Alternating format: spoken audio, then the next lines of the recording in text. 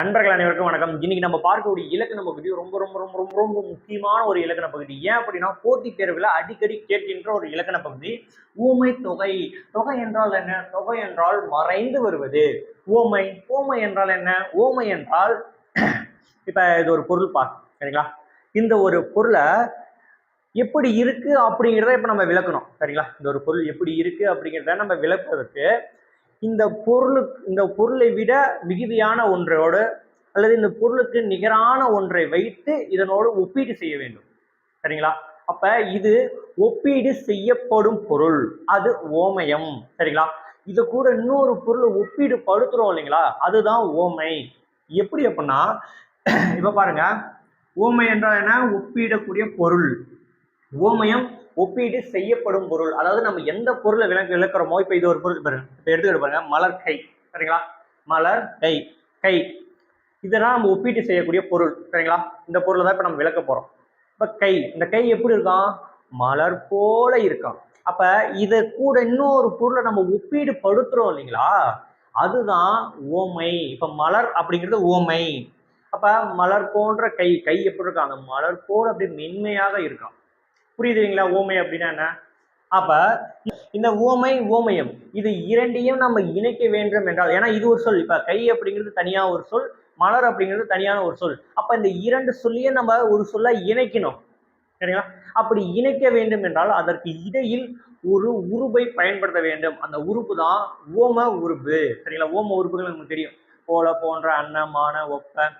இது நமக்கு இதற்கு முந்தைய காணொலிகள்லாம் பார்த்தீங்க அப்படின்னா இதை நான் தெளிவாகவே ஓம உறுப்புகள்லாம் என்னென்ன அப்படிங்கிறது அதை நம்ம ஒரு காணொலியாகவே பதிவிட்டுருக்கோம். நீங்க பார்க்கல அப்படின்னா அந்த காணொலி போய் பாருங்க. அப்ப இந்த ஓம உறுப்புகள் தான் இந்த ஓமை ஓமயம், இது இரண்டையும் இந்த ஓம உறுப்பு தான் இணைக்குது. சரிங்களா? அப்படி இந்த இணைக்கின்ற ஓம உறுப்புகள் இருக்கு இல்லைங்களா, தொகை. தொகை என்றால் என்ன? மறைந்து வருவது தானே. அப்ப இந்த ஓம உறுப்புகள் மறைந்து வந்தால், இப்படி ஓமை ஓமயம் இதற்கு இடையில் ஓம உறுப்புகள் மறைந்து வந்தால் அதுதான் ஓமை தொகை.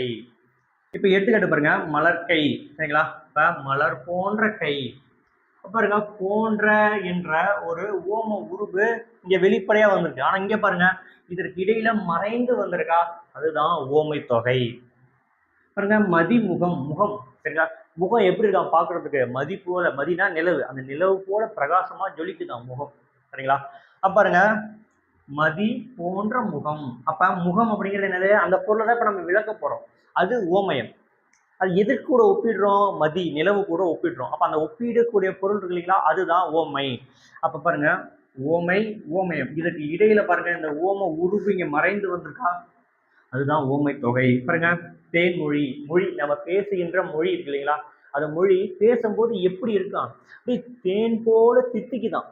அப்படியாப்பட்ட ஒரு சுவையை தருகின்ற ஒரு மொழி. சரிங்களா?